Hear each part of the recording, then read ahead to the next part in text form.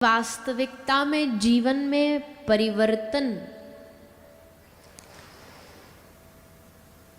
बदलाव कोई संत महापुरुष ही लेकर के आता है।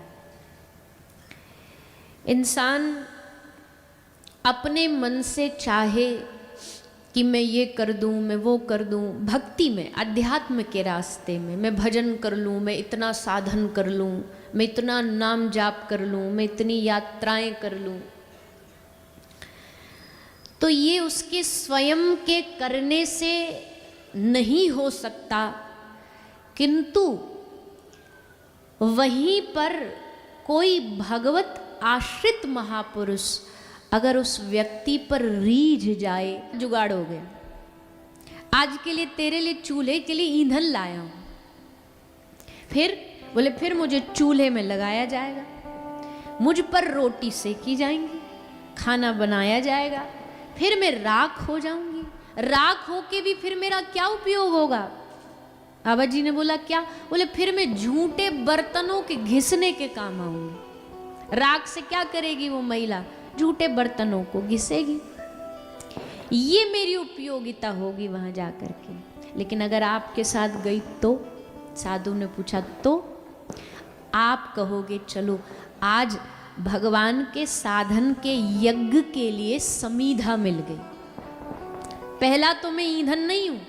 एक साधु लेके जाएगा तो कहेगा कि आज यज्ञ के लिए समीधा मिल गई, आज लकड़ी मिल गई, आज इससे यज्ञ करूंगा। आप जाओगे अपने आश्रम में, कुटिया में मुझे लेकर के जाओगे, फिर मेरी आहुति डालोगे, उसमें आहुति डाल करके जो राख बचेगी उस राख को उठा करके आप अपने माथे पर उस यज्ञ का तिलक लगाओगे, और तिलक लगा करके जब आप जाके ठाकुर जी के चरणों में नतमस्तक होगे तो मैं लकड़ी भी आपके माध्यम से ठाकुर जी के चरणों तक पहुंच जाऊंगी। अब बताओ, उसके वहां गई तो बासन मांजने के राख काम आई, पर एक साधु ने चुन लिया तो भगवत चरणों की प्राप्ति सहज में हो गई। सहज में क्यों हो गई?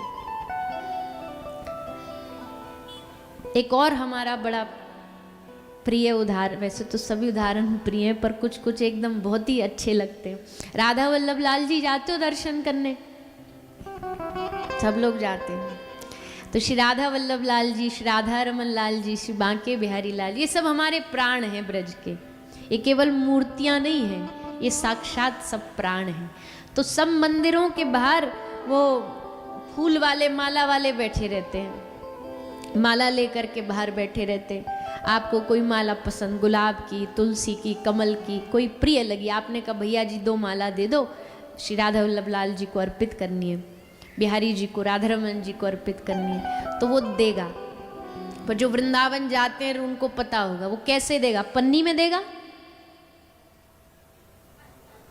जोर से बोलिए, पत्तल में।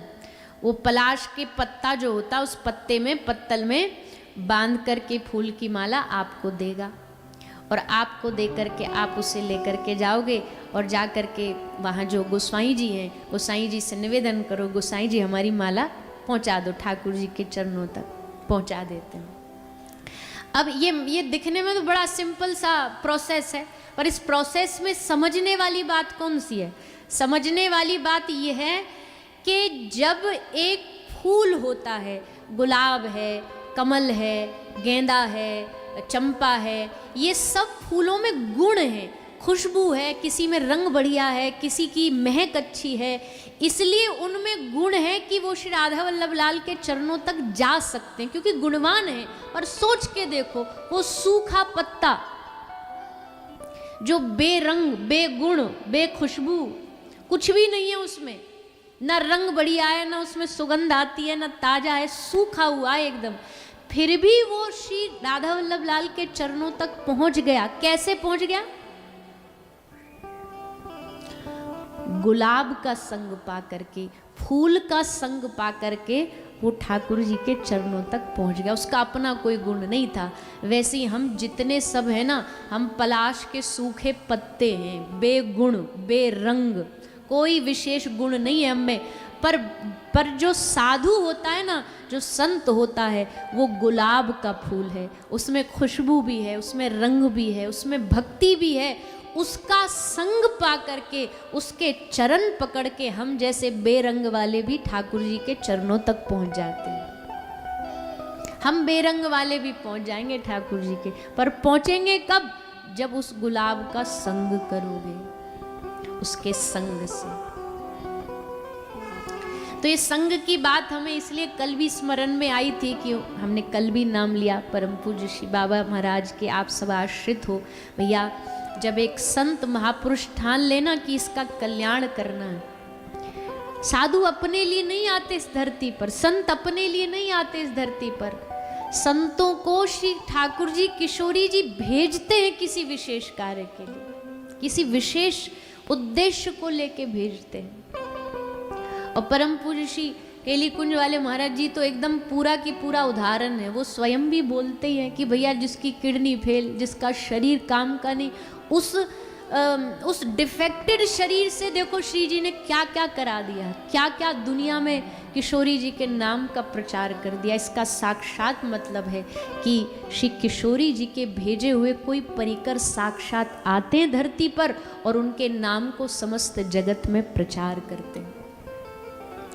ऐसे सद महापुरुष की कृपा से ही भागवत रस को, भागवत तत्व को, श्री जी के तत्व को समझा जा सकता है। वरना तो भैया श्री जी, अरे ये समझ में आए किसी के?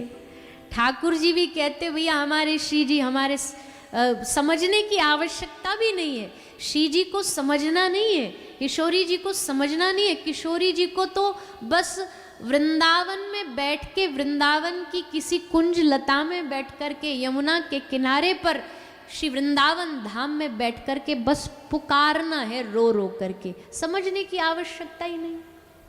वहाँ तो एक ही चीज़ है, बस रुदन करते हुए श्री किशोरी जी को पुकारो। ठाकुर जी भी यही करते हैं। कल हमने बताया ना, ठाकुर जी ने सोचा कि सब हमारी आराधना करते, हम किसकी करें? तो उन्होंने किशोरी जी को चुना आराधन करने के लिए। ठाकुर जी बैठ कर के स्वयं साक्षात किशोरी जी की आराधना करते हैं।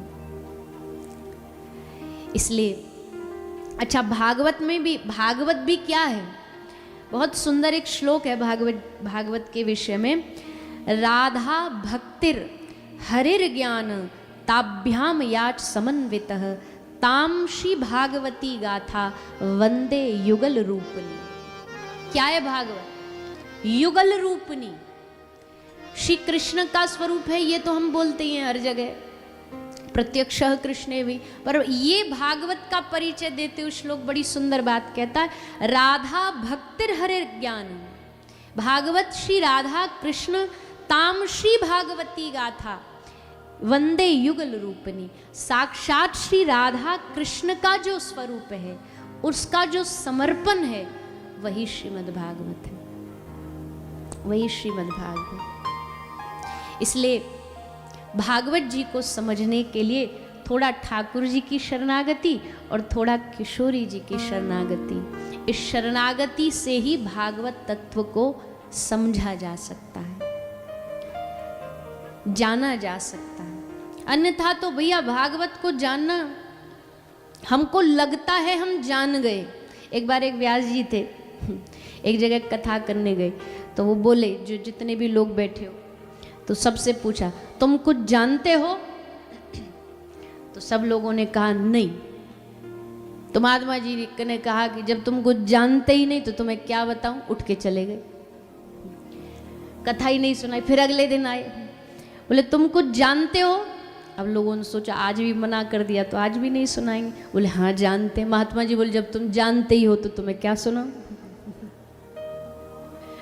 तो भैया या तो चित्त भी पट्ट भी, या तो वह एक ही चीज हो सकती है, तटस्थ ब्लैंक पेपर, कि भैया अब हम तो जैसे हैं, चाहे जाने चाहे ना, हम ज्ञानी बन के भी बैठेंगे तो भी कथा समझ नहीं आएगी, हम अज्ञानी बन के बैठेंगे तो भी कथा समझ नहीं आएगी। तो फिर करें क्या? बोले ठाकुर जी के, श्री जी के दास बन के बैठ जाओ बस। अब जितना इस मति में घुसाना है, जितना इस बुद्धि में डालना है, आप डाल दो। हम तो टंकी के नल के नीचे जैसे बाल्टी रख दो,